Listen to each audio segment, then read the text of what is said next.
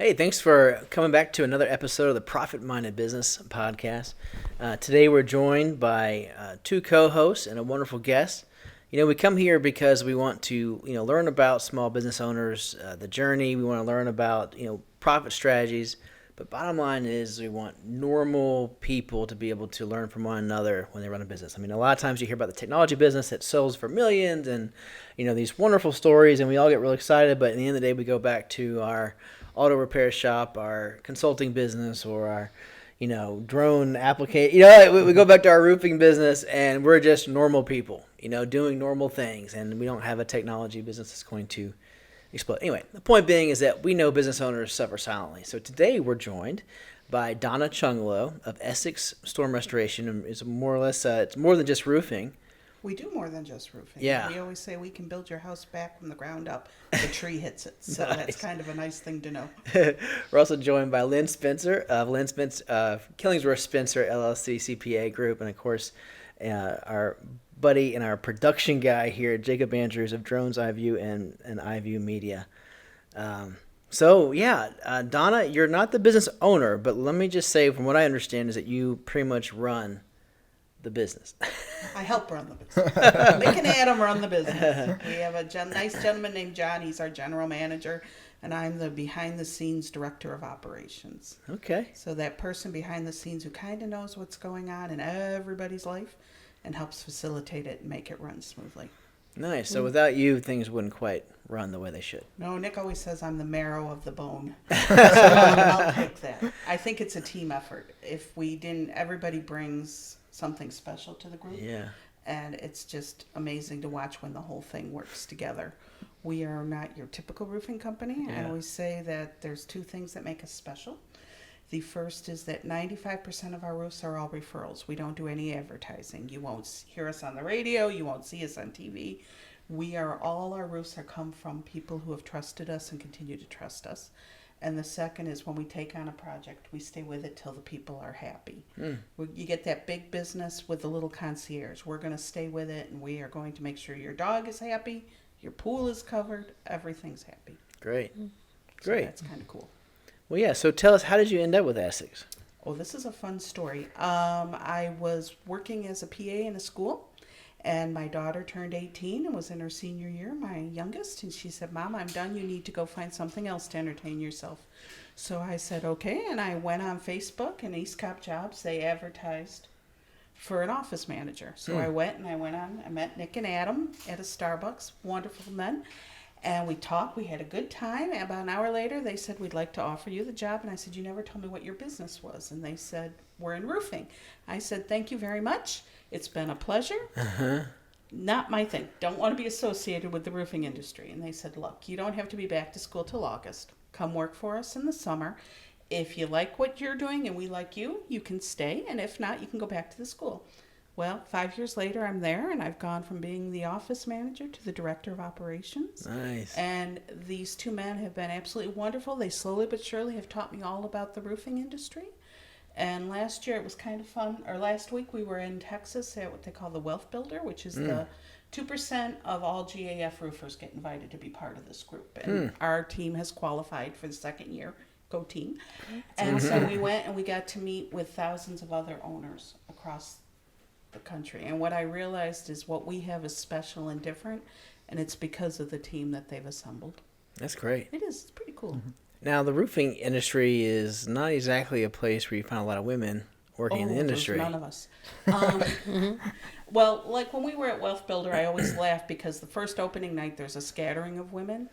By the time you get to starting to actually go to the workshops and do the nitty-gritty, they've all disappeared. It's a whole room of men and me. This year, though, there were 4 or 5 other women who were actually owning their roofing company who had made it to that point. And was able to sit down and talk to them, and it was really, really interesting. And the one thing that we discovered is that we don't necessarily have to be the ones climbing the roofs. But we do need to know twice as much as the men who are climbing the roofs. Only because we have to establish a level of respect before we're listened to. Okay. And then once we're listened to, amazing things happen. But it was all based on the knowledge base. And these women were sharp. I mean, you talk to them about the cost of their business, and they could tell you. In roofing, things are measured in squares. as opposed to feet.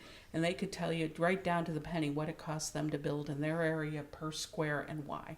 Wow, okay. It was fascinating.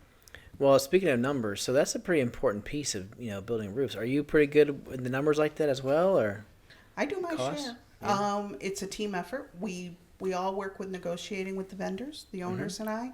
We all work with following up on invoices, paperwork. Roofs are very simple, but you could lose a lot of money real quickly if you're not careful. Right. And I've been fortunate enough that the owners have trusted me to make a lot of decisions. And then they double check behind me, and we're doing okay. Our business has tripled over since I've been there. Wow. So, man, seeing the inside 5 years of growth inside this business, what are some of the things that are maybe happening differently or really well? Maybe that's the better question. What are some of the things that are going really well as far as internal processes? Well, there's a couple of things. The first is we hire internally. Almost everybody who works for our company has come to us as a friend or a relative of an employee we've already had, or a 1099 contractor we're already using. So we have a different environment than most. If I'm a grandmother, I have the most beautiful granddaughter, and she comes on Wednesdays to the office, and I leave at 3 religiously on Wednesdays for grandma time. You're not going to find that in most companies, especially not in construction. But we have that kind of an environment. Everybody takes care of their family, and we take care of each other, and we go to each other's events. Yeah. And it's grown organically, and it just keeps adding. And they don't add somebody till there's a need that needs to be filled. And then we add people to fill those needs. And then we look at where are we going, and what needs do we have now, and then we go and find them. And then we think about what kind of person who will fit, and is that somebody that I would want at my mother's door? If that person knocked on the door, would I be comfortable if my mother answered? Okay. And again, most of our guys, because they climb roofs, they're in construction, they're fairly large men. It's just the nature of the business. And everybody we have, I would be okay if they came to my door. And our guys are taught if they knock on the door to then step back down 3 stairs. Sure. To not be looming at the door when somebody answers. Yeah. It's a little thing, but it's stuff like that that sets us apart. That's a big deal. I mean, it's threatening or non-threatening. Yeah, it is. And I really like that. And we see that with training all the new people as they come in. We've also made a concerted effort to now have a more diverse staff.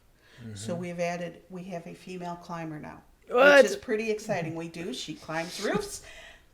Bless her heart. She can do it. And she's a regular salesperson. She's out there with the rest of the guys. She meets with the insurance adjuster. She helps the homeowner. And what we find is we have a lot of women who are more comfortable with her coming to their home. Yeah, I bet. So we can make that happen. How do these guys do this? With you look at some roofs and you're like, oh my goodness, hope I don't ever need my roof repaired. They send me pictures. What do they do? They climb. Roofs are done in steepness. There's 8, 12, 10, 12, 12, 12. We just did the Zion Church down in Marietta Square, if you've ever been down there. It's a few blocks long. It's got high steeples, the whole bit. Well, in order to get the insurance company to file the claim, we had to go up there and take pictures. And they take the ladder and they go up, and then they pull the ladder up to the next level, and they climb up and they pull the ladder up. And then they send me pictures from the top of the steeple saying, we have this one gentleman, Ali, who's just... He has no fear of anything. And he'll say, I'm up here. How you doing? Down. I'm a mom. I don't want anyone to... But that's what they do. They wear... they have really cool shoes. They're called cougar paws. And they, latch on to the roofs. They're like glue for intensive purposes. So they don't damage the shingles, because we're really sensitive about that. We don't want to hurt anybody's property. And they'll use the cougar paws to climb on the roofs, as well as ropes that they adjust over. And then they go up there and look for damage and find out what needs to be repaired or replaced. I do not think I could do your job. I have just an intense fear of I don't heights. climb. Well, just even knowing the people and knowing who's going up on the roof, the anxiety would just... I'm getting sweaty hands just thinking about it. We have a whole gutter cleaning team, and these guys are on 3-level high roofs. They're up there blowing out the gutters and cleaning the gutters and reattaching the gutters, and I personally couldn't do it, but I'm thankful. And they'll tell you, Donna, it's no big deal. It's what we do. Yeah. Guessing your workman's comp bill is higher than mine. Probably. Yeah. I think we're in a little bit more dangerous of every time I sit down to do the insurance each year. Okay. What's it going to be? So something that really interests me because it's applicable to my business, the process that you guys set in place for having your roofers step back, after they knock on a door, was that a process always set in place, or was... It started with the owners when they created the business. They called themselves Roofers in Suits. And it was a two-man show, and they were alone, and they would show up in three-piece suits at people's houses and knock on the door and say, "Can we inspect your roof?" And that's how the process started. And then I cannot tell you what wonderful gentlemen they are. They would never see me walking to my car alone. I'm always walked to my car. I'm always treated with respect. And they carried that over to the people that they've hired and what we do. Yeah, that's something I was curious about, because with one of our services where we do the home inventories using our 360 cameras inside someone's home, that's a very personal thing, and you want to be sure someone's going to respect you, not be an imposing figure right when they show up at the door. And I like your benchmark. Is this someone that I would send to my mom's home, and would my mom be comfortable with that? So And if the answer is no, then they're just not a good match for our organization. Mm-hmm. yeah, I Now, like that. when a storm comes through, storm comes through Marietta or just Atlanta in general, what happens? Like, when does somebody need to reach out to an Essex in order to have... Best question in the whole wide world. Right away. Two Okay. things, and we are heading into storm season. I was explaining to people this. We've had a very wet year. Mm-hmm. If you look at the tables at Lake Lanier right now, Lake Lanier is full. It hasn't been that way in years. The ground is decades. saturated. So if a tree is in your backyard and the ground's saturated and it's already dead, a good storm's going to knock it into your home. First thing you do is get out and be safe. And thank your lucky stars that everybody's okay. After that, call us, and we can come and help you file the claim, get the tree removed. We can go in and check the house and make sure that the rafters and everything's safe. If need be, we'll help you find a hotel. You need to get the insurance claim filed correctly. Our guys, they're trained in what to look for to make sure we check and make sure there's no moisture that got in the house, because the tree probably fell during a rainstorm and there's some rain in your home. We want to make sure that it's not in your insulation, in your walls, that mold. it's completely dried out. We don't want mold. Mold's not good. We also want to make sure that it's structurally safe. Sure. Do we need to do the rafters? Do we need to do that? And what shape is the roof in? And then we help the people decide whether or not it's worth filing a claim. Mm-hmm. Because we had an example last year with State Farm, and a friend of mine who's an agent called. We went out. Yes, the tree went through the roof, but it only went through 2 shingles. And we were able to completely repair the roof and remove the tree for under Right. $1,000. Now, had they not called us, they probably would have called their insurance company first, filed a claim, had a mark, the rates would have gone up, but we were able to do it without going through the insurance. The other thing we're able to do is help people identify how their insurance can be used. If something happens during a major storm, we can help them get it filed under what's called a catastrophe claim, so it won't affect their insurance rates. In the state of Georgia, it can't go up if they've had a catastrophe claim. And we can also make sure that it's replaced with the same kind of shingles they have. So certain people will have what they call 3-tab. They might have architectural. Whatever it is, we want to make sure that it gets replaced with as it is and better. We want to make sure that their insurance company bring the roofs up to code, because the codes in Georgia are changing. Right now they're adding valley metal and drip edge, which probably don't mean most of your listeners, but trust me, you want it on your house. And that's what the guys and Natalie do. They make sure that all of that's included with the adjuster, and they go out and meet the adjuster so that the adjuster can ask questions and they can get answered that the homeowner wouldn't know the answer to. So catastrophe. That's actually a nice little gem you just gave us. The catastrophe versus the traditional filing of a claim. What qualifies as a catastrophe? Yeah. It has to happen on certain dates. Insurance companies, certain storms will come through, and depending on the severity of the storm, it'll be called a catastrophe date. They call it a CAT date. And they have whole teams of adjusters who just adjust for catastrophe claims. So like when the tornadoes have gone through the different areas, they will send a team of very specific adjusters who know just what to look for. And then we have a team of gentlemen and ladies who know just how to get the most money for the homeowner. Okay. Now, in the event that the storm has passed, they hadn't called, but maybe they hadn't even realized it, but then they look in the guest bedroom, which they're never in, and they see the brown watermark. had one of those last week. It's not as rare as you would think. We tell people that every couple of years you should get your home checked. We'll climb up the roof, and one of three things will happen. We'll look at your roof, and your roof is wonderful. We will give you a written document that says that your roof is wonderful, and you can put it with your insurance papers. So if a storm comes through 2 months later, and they say, oh, no, that's pre-existing, we can say, no, it wasn't. It was just checked. A lot of times things are small repairs, and we have a whole repair team, and we'll tell them what the repair would cost, show them pictures.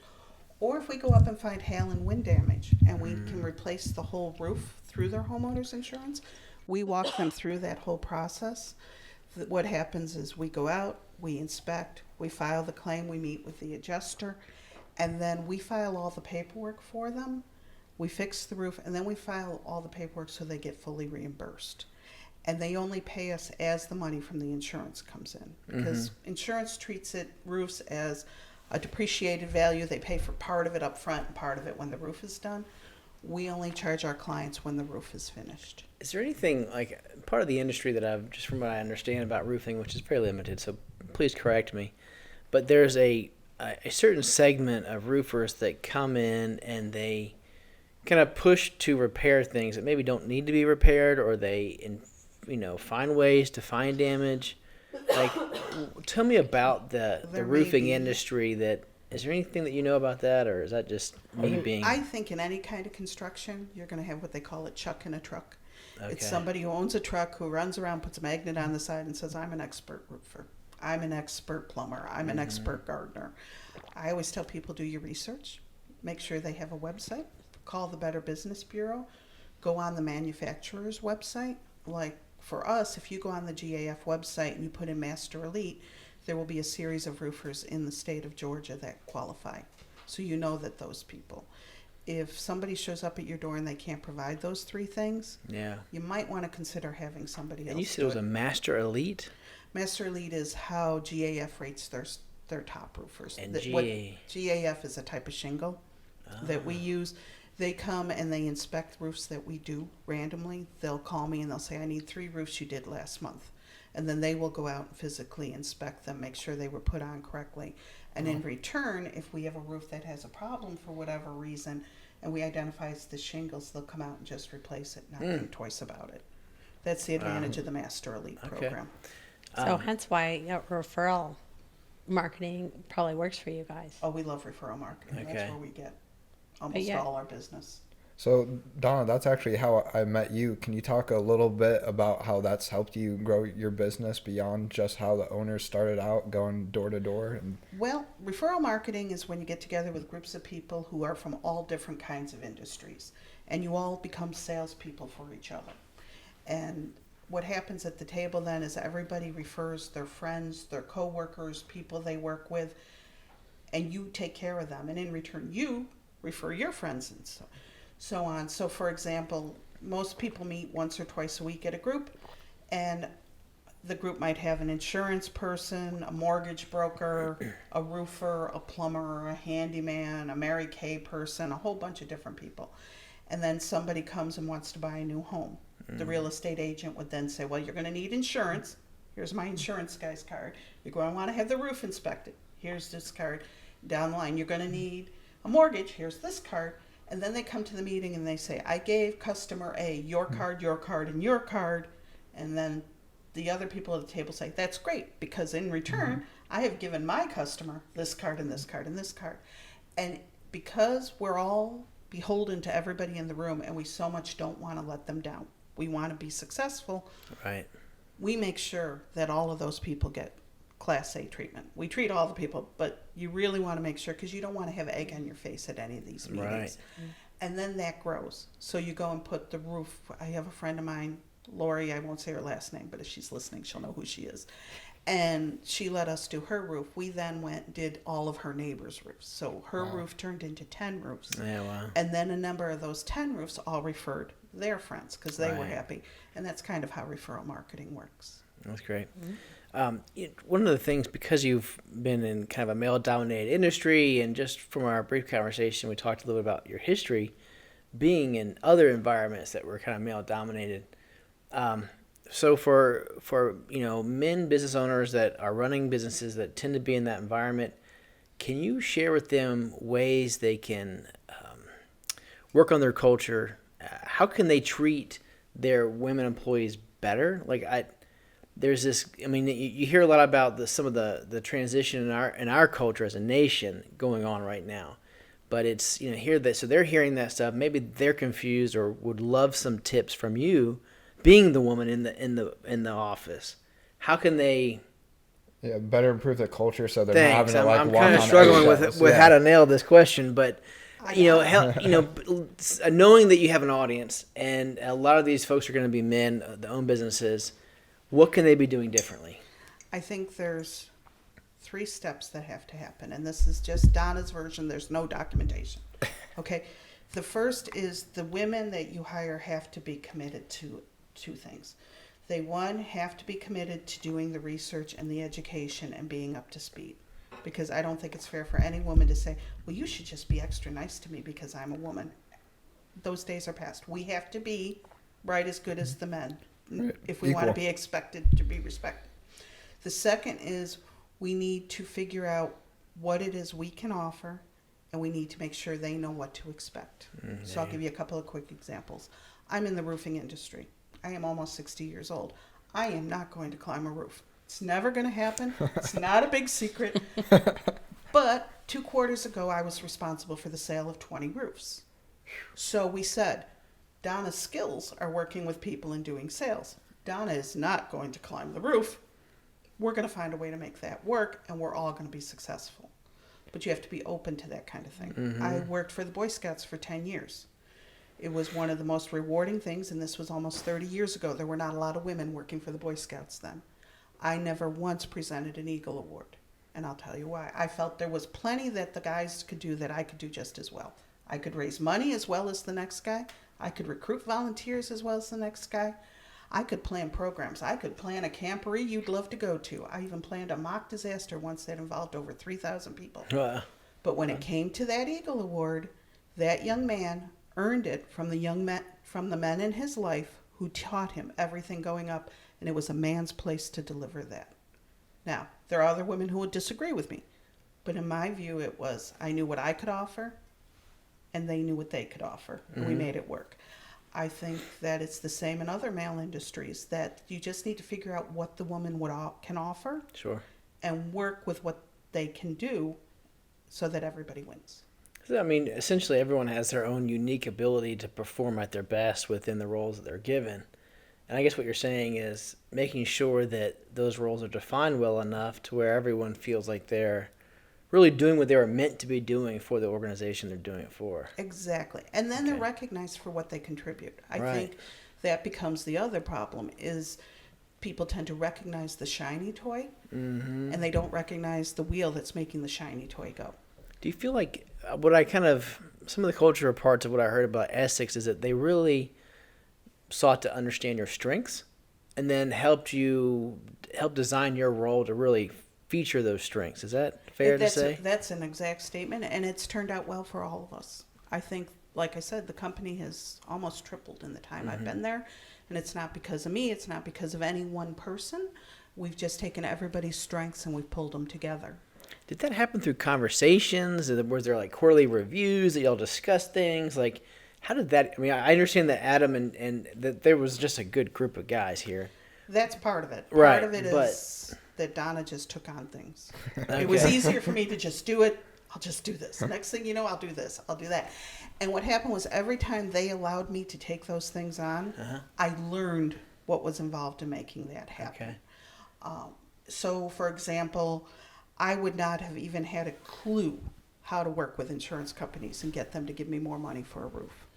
But Adam said, you know what? If I take the time and I teach Donna how to do this, she's going to do it next time. And so then I was able to run with it. And I'm able to now get more money from the insurance companies for the sales guys. That's a great point. So a lot of times when someone wants to train someone like yourself on something, they're always going to feel like they can do it better, right? That's like the first part we come to. Then when we begin training, you start to do it, and you do it well, but maybe not as good, right? How long would you say to someone listening, how long should they allow that training process to go on for them to feel like you know what your stuff? Till all at once you're standing there and you realize I'm not needed here anymore. We go and we meet with customers to do check pickups. We call them check pickups. It's when they've gotten their money from the insurance company. They're ready to pick their colors. They're ready to make the decision. They're ready to tell me about Aunt Myrtle's rose bush that they do not want trampled during this process because it's construction. Well, it took a few times of people going with me. Then all at once they said, oh, you know what? She can do this on their own. Wait a minute. She's pretty good at that. And that's very time consuming. Why don't we have her go with some of the new sales guys and teach them? And it was a quick process that we learned. And then that freed other people to go do other things. Because then Nick and Adam said, we don't have to spend hours doing this. We can spend hours going and developing, finding homeowners associations where everybody in that group wants a new roof. We can make these 300 roofs happen while Donna's out picking up the check and taking care of Mrs. Smith. Right. Donna felt good because she learned a new skill she didn't have before, and she felt valued because she was adding to the company, and it freed them up to go do other stuff. And I think you could do that in any company. Figure out what it is you want to free up, and then transition somebody so they feel good about doing it. Yeah, that's great. It's nice to hear that you felt good about doing it too. It was like an entirely new skill for you. So I work for two gentlemen who don't think twice about saying thank you. Most of you know Adam and Nick. They every day will find a reason to say thank you to everybody on their staff for something, which sounds like a really little thing, but it's huge, especially if you're having one of those days. I mean, we all deal with human beings, and sometimes human beings are difficult. And so you're sitting there going, okay, I can do this. And then somebody will call and say, I just wanted to say thank you for being there today. Okay, I'll take that. I'll take that all day long. That's invaluable. And I think owners sometimes lose sight of it, but on the same token, and I will say this out loud, I think it's the duty of employees to thank their owners. I think being an owner of a company is a very thankless position. there you go. I don't think anybody other than their spouses recognizes the hard work they're doing. And so we as a staff try to every so often thank Nick and Adam with different things. Wow. Because without them, we wouldn't have the opportunities we have. That's a great point. Yeah, I think that's insightful. And just, I know this is way too early for when we normally address this, but what I keep hearing from you is it's all about just the teamwork, appreciating the team that you have, and making it so that each one has a valuable role, that they don't feel like they're just doing busy work. And they're actually contributing to make the company grow and to, all lift each other up, just not themselves. So yeah, and that's exciting. It's exciting really when you're is part of a growing company. Yeah. And one thing else different too is when it is time to expand and grow, bringing on friends and family. That's not necessarily the common thing to do. Would you agree? Say typical. Yeah. And I'll be truthful, when I am double the age of my bosses. So it's kind of, when I met with them, I said, yeah, I realize I'm not cute and young. And they said, no, we figured that part out. We're good. But I think looking at the work population and what people can bring, you work with John, and John has often said that at your company, what they're looking for is they're looking for a mom who has this experience, who is willing to give. We have identified that population has a value. Yeah. It's trying to look at other populations and seeing what value they can bring to the organization. And I'll be truthful, we have mostly guys, and we're all over the place, and I am referred to as the mother bear of the company because I can tell you where everybody is, and I make sure they're all okay. And every company needs one of those too. Somebody to watch out and say, you're good, it's all okay. Have you had, sounds like it's really kind of a family atmosphere, so have you ever had someone come in and get hired and then not work out, or maybe want to stick around but they're not really contributing the way they should be? And how do you handle that as Mama Bear? We just had that. For the first time since I've been there, we had somebody we had to let go. And it was really for that reason. It wasn't a good fit. And it wasn't a good fit for him either. He wasn't happy. It was quite obvious that the fit was not good for him. It was not good for us. And so we sat down as a group and said, we either need to find a way to work this out or whatever. And he kind of said, you know what, this really is not a good fit. I think I'm just going to go. I think by the time people get ingrained in our culture, they're a good fit and they stay for a long time. Most of us that have been there. Our average staying is about 4 to 5 years. Yeah. And you don't know a lot about the roofing industry, but to climb roofs for 4 or 5 years is a long time. Okay. And they usually don't leave because they're not happy with us. They've left because there's some other opportunity they just couldn't resist. Mm-hmm. That's great. Yeah. Now, Corbin, you've been talking a lot about like the dynamic of, woman working in the male marketplace, but again, you even mentioned that even networking, it's primarily male dominated. How do you? That's true. It is. How do you navigate those waters? Do you find it any different than business, or do you just find it largely the same? Or I think when you're doing networking, you have to find your people and find out where your people are. My Thursday morning group are my people. It's one of the highlights of my week. And we are mostly people, similar age groups, similar demographics. Even the people who come and visit us on a regular basis, the ones who continue to come, are all on that same kind of demographics. I think networking is the same way. You have to find a group you fit. right. And when you fit, then you don't have a problem trusting each other. Mm-hmm. Sure. Well, and I think a big part of it too is having confidence in what you're selling, I agree. whether you're selling yourself or whether you're selling the roofing company. Having that confidence makes a world of difference in networking. Or even selling the other person's services or whatever their company is, because I know that's something where I've been in networking groups I've been to dozens and dozens of them all around Atlanta, and there's sometimes I just get that feeling, I don't know if I would want to refer to that person, and I think where in networking it's more about finding a group that's best for you, where on the company side it's about building that group that's best for you. And I didn't really think about it that way until you just were talking about it, but it's interesting how those they're like parallels essentially. Well, they are. And when I get a lead, when somebody calls me and says, Donna, I need you to come look at my roof, I have to look at my sales team and find out who's the best fit for that person. Yeah, sure. Who is Right. that customer going to really bond with so that we can make it work? Some people want somebody who's going to get in there quick, give them the details, let them move. Other people want somebody who's going to take their time, explain what a shingle is, explain how it's going to go on. And different salespeople have different strengths. Right. And so we try and match them up, and networking's kind of the same way. But you're right. I feel like I could refer anybody to anybody on my network team, and they would be treated beautifully. Yeah, I like what you just said about finding the right person as far as for your customer. That's something that, I'm starting to have the luxury of now that we're bringing on like more of our operators, that it's not just we send out one of our 2 or 3 available drone pilots just because that's all we have available. It's like I get to think about who's going to be the best fit for that job, and not just equipment, but the actual personality of that operator. That even though I may have not met the client, you can get a good idea of their personality type just from a brief conversation over the phone. So it's interesting that you don't typically think about it until you're in that situation. And you'll get more referrals because of that. Because that person's going to refer to people like them, and then you have the salesperson that's going to deal with them, and it just grows. Perfect. Is there anything that you would like to add about, the operations there at Escex, or your experience transitioning into a role vastly different than your past experience that we haven't talked about yet? I think everybody should have a job where they need to learn something new every day. And this provides that for me. I knew nothing about construction when I started 5 years ago.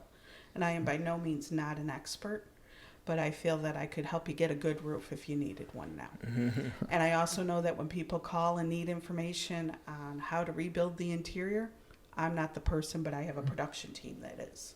Yeah. And I'm not afraid to say, I don't know a thing about that, but let me get you the right people who do. That's probably another reason why you like referral networking so much, because we learn so much from each other. It's because we're in all different industries. Yeah. I do. And that's Heck, the learning that I just thrive on.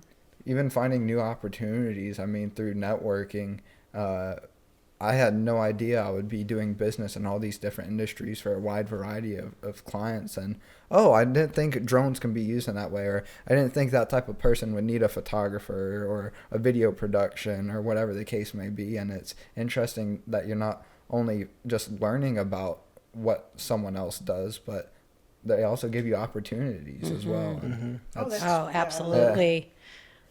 but Speaking of opportunities, I got to be in a commercial for you. yeah, Oh, very cool. we'll have to show you learn that some on the way out.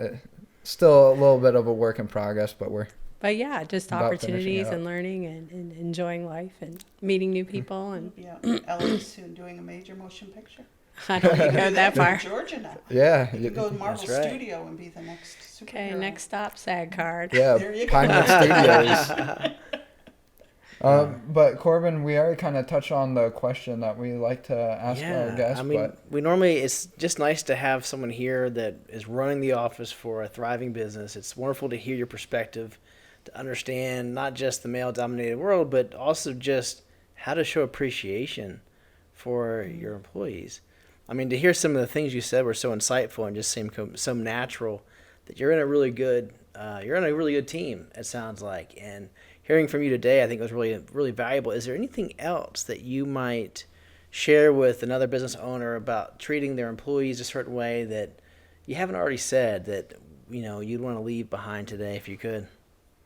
That's a really good question. No, I think saying thank you is the biggest. I mean, really that was do. like, I think it's that simple. and that seems so obvious, but you don't really think about it. no, it's so tough. Yeah. You expect so much out of your employees and you don't always remember to say thank you. Well, because we're busy. Yeah. Let's be truthful. Everybody's busy. They've got 20 things on their desk. And only Just getting 24 out to hours them in a and- day. Yeah. That's true.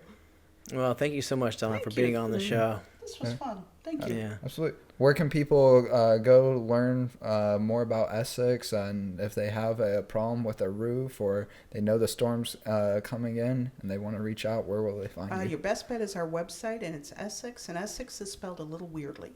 ESC as in cat, EXUSA.com. Is there a phone number, a direct number? I would take it off of the website because everybody has different numbers, Okay. so everybody has their own lines to go where Gotcha. they need to. All right. And there's also a form online you can fill out that if you need an inspection. Also, if you'd like to come work for us, we always need people who want to climb roofs.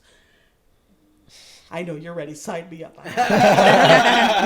That's one door I'm not knocking on. Yeah. And of course, Thank you. Lynn Spencer with Killingsworth Spencer CPA. Tell us where we can reach out to you, and we're ready to make the jump. Probably the best would be by phone, 770-552-8286. Ask for me, and I will make sure I take care of you. And if you just want to fool around online, KillingsworthSpencerLLC.com. Great. And Jacob, where can they reach out to you? Same place as always, www.ivue.media. Find us on social media or reach out to me directly at 678-249-0579. And Corbin Cook, S&B Strategy Consultants. You can always find me at 404-783-3305. Y'all have a great week, and thanks for joining us. And again, thank you, Donna. Thank you, Donna. This was fun. This was a pleasure. Yeah. This was a lot more fun than I thought it would be.